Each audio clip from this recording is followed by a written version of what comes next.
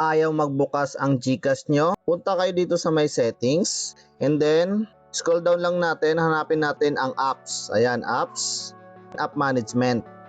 I-search nyo dito yung GCash app. Ayan, si GCash. Pag nasa app info na po kayo ni GCash, ito lang yung gagawin nyo po. Una, dito sa force stop. Pindutin nyo yan and then force stop. Tapos, dito sa my manage notification, dapat ang gagawin nyo dito ay naka-allow po yan. Yan. And then, lock screen, banner, tapos dito sa may sound, ring, vibrate. Yan po. Sundan nyo lang po yung step para po mabuksan po natin ang ating GCash. Tapos, sunod na gagawin natin, dito sa may battery usage, dapat po ay naka-allow po yan. Naka-allow background activity. Ayan. And then, i-allow natin.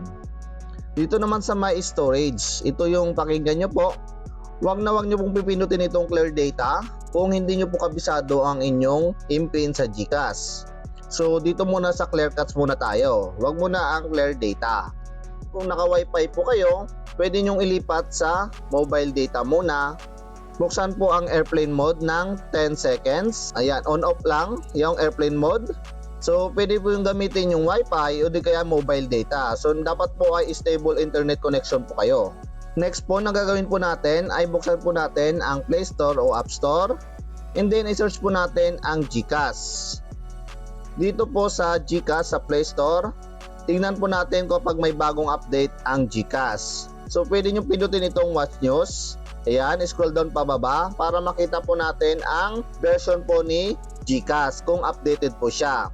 Para makita po kung update po ang inyong GCash na ginagamit, makikita nyo po dito yung updated on. Dapat po yung pinakamalapit na buwan and then taon kung kailan nyo po ginagamit ang inyong GCash. Dito naman sa by version, ayan po makikita po yung latest na version ng GCash app. Ayan, pwede po yan. Mas maganda po na i-update nyo muna ang inyong GCash bago nyo po gamitin. Punta tayo sa may settings. And then, dito naman po ay scroll down nyo lang po. Tapos, pindutin nyo po itong system and update. Ayan. Dito po sa my software update, siguraduhin nyo po na updated po yung device o cellphone na ginagamit nyo bago nyo po buksan ang inyong GCash para po magamit. Ayan po. And then dito sa my date and time, siguraduhin nyo po na naka-automatic po yan. Kung hindi po naayos ang inyong mga date and time, ay possible po na hindi gagana ang inyong GCash. Dito ulit sa my settings, about device, scroll down, tapos hanapin nyo po itong version. Kung makikita nyo po ito, nandito yung version. Pindutin nyo po itong version number, ayan, o di kaya build number. Ayan, mabilis lang po, 7 to 8 times para po lumabas yung you are now in developer mode. So, ibig sabihin po, ay nabuksan nyo na po yung developer option ng inyong cellphone. So, paano nyo po makita yan? Punta po kayo dito sa my search. And then, i-search nyo lang po ang developer option. Ayan po, developer option. So, nagpapakita na po siya. Ayan po.